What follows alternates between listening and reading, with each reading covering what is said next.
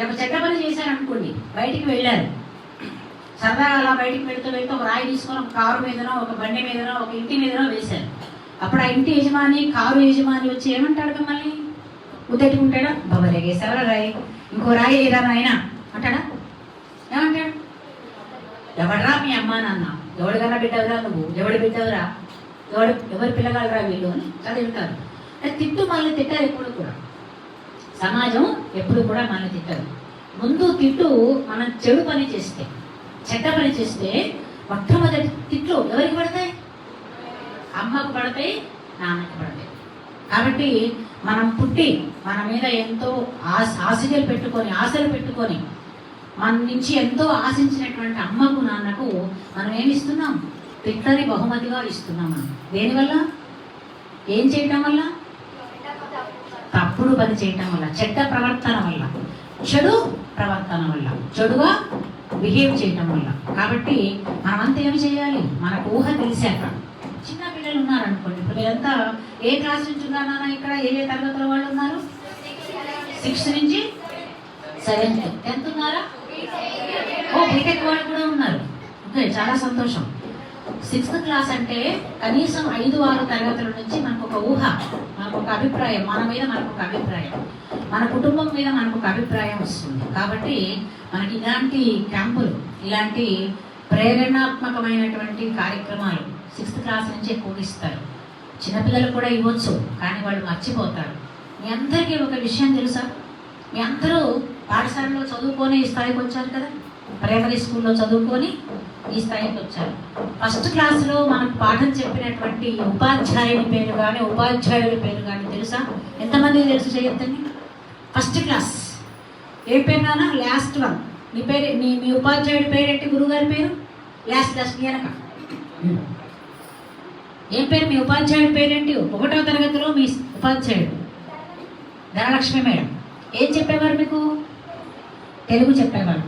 1st క్లాస్లో తెలుగు ఉండేదా? ఏమేమి చెప్పారు తెలుగులో? గుర్తుందా? గుర్తులేదు. ఉపాధ్యాయులు మాత్రం గుర్తుంది, గురువుగారు మాత్రం గుర్తున్నారు. గురువుగారు చెప్పేటువంటి సబ్జెక్టు మాత్రమే గుర్తుంది, ఏం చెప్పారో గుర్తులేదు. ఓకే, నెక్స్ట్ నీకు తల్లి, మీ ఉపాధ్యాయుడి పేరు? సుధారాణి గారు. ఏం చెప్పారు? మ్యాథ్స్. ఏమేం చెప్పారు మ్యాథ్స్లో?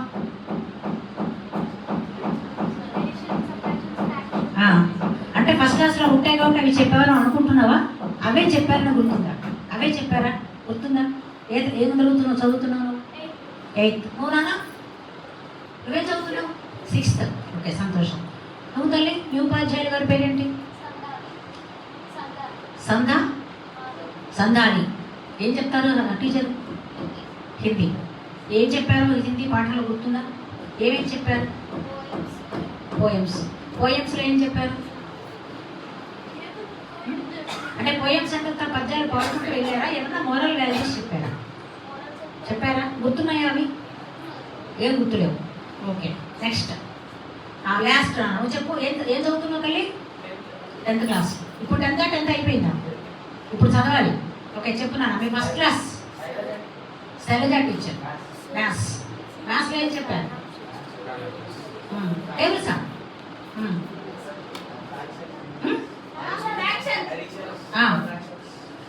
అంతే, మ్యాథ్స్ చెప్పారు. ఇంకేం చెప్పాలా మ్యాథ్స్తో పాటు? ఏమేం చెప్పారు? మనుషులు పాటిస్తున్నావా? నువ్వు పాటిస్తున్నావా? ఎవరిని ఇబ్బంది పెట్టలేదా? నాకు అమ్మ నాన్నని పెడుతున్నావేమో అనిపిస్తుంది. పెట్టలేదా? నిజమా? గుడ్డపై చేసుకొని చెప్పగలుగుతావా? గుడ్డది అక్కడే ఉందా? గుడ్డ నీకు ఉందా? అక్కడే ఉందా? లెఫ్ట్ రైట్కి ఏమైనా జరిగిందా? అక్కడే ఉందా? గుడ్డపై చేసుకొని చెప్తావా? అమ్మ నాన్న నేను ఏమి ఇబ్బంది పెట్టలేదు. ఓకే, చాలా సంతోషం. క్లాప్స్ కొట్టండి. వీడు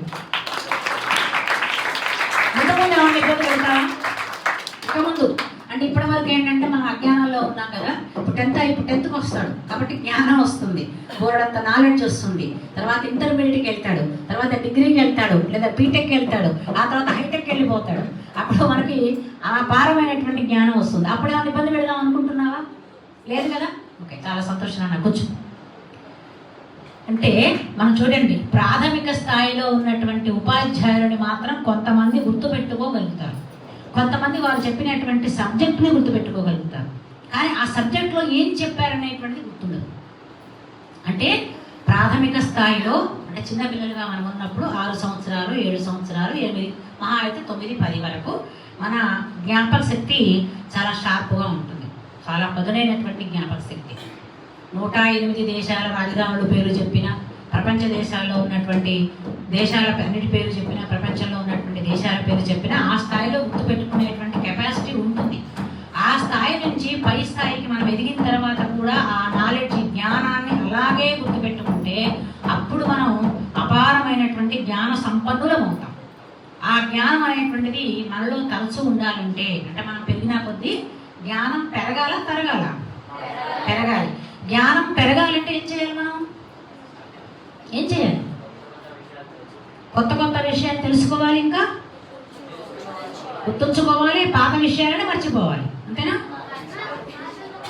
పాత వాటిని మననం చేసుకోవాలి కదా, పాత జ్ఞానాన్ని మననం చేసుకోవాలి. చిన్నప్పుడు ఫస్ట్ క్లాస్లో నేను టేబుల్ నేర్చుకున్నానని చెప్పాడు. ఇప్పుడు ఆ టేబుల్స్ ఉపయోగపడుతున్నాయి కదా. తెలుగులో ఏమంటాను టేబుల్స్ని? ఎక్కాలు. ఈ ఎక్కాలు ఇప్పుడు ఉపయోగపడుతున్నాయా జీవితంలో? జీవితంలో ఎక్కాలు ఉపయోగపడుతుంది. మనం చిన్నప్పుడు నేర్చుకున్నటువంటి సైన్స్ పాఠాలు ఉపయోగపడుతున్నాయి, తెలుగులో ఉన్నటువంటి అనేక కథలు ఉపయోగపడుతున్నాయి. జీవితాన్ని చదువుని జీవితానికి సమన్వయం చేసుకోవటమే జ్ఞానం. అర్థమైందా? చదువు అంటే ఏంటి? మార్కుల ప్రోగ్రెస్ కార్డ్సా? ప్రోగ్రెస్ కార్డులు మీకు ఎన్ని వచ్చినాయి? మ్యాథ్స్ అంటే ఏం చెప్తాం? నాకు 100కి 100 వచ్చినాయి, మ్యాథ్స్లో 100కి 100 వచ్చినాయి. కానీ ఈ మ్యాథ్స్లో ఉన్నటువంటి ఫార్ములాని జీవితానికి ఎలా అప్లై చేసుకోవాలో నాకు తెలియదు. మీకేం లాభం 100కి 100 వస్తుంది? చిన్నప్పుడు నేను రాముడి కథ చదువుకున్నాను, భరతుడి కథ చదువుకున్నాను, మహాభారతంలో కథ చదువుకున్నాను, నా కథ బాగా అర్థమైంది. భారతంలో కథ ఉంది, అందరికీ తెలిసిన కథే అనుకుంటున్నాను నేను. మహాభారతంలో కౌరవులు పాండవులు. పాండవులు ఎంతమంది? కౌరవులు ఎంతమంది? పాండవుల పేరు ఎంతమంది తెలుసు? నువ్వు చెప్పున్నానా? ఏం పేర్లు? నకులుడు, సహాదేవుడు. సహాదేవుడు. ఓకే. కౌరవుల పేరు ఎవరు తెలుసు? 100 మంది పేర్లు ఎవరు తెలుసు? ఎవరు తెలుసు కౌరవుల పేరు? ఎందుకు తెలుసుకోలేదు మీరు?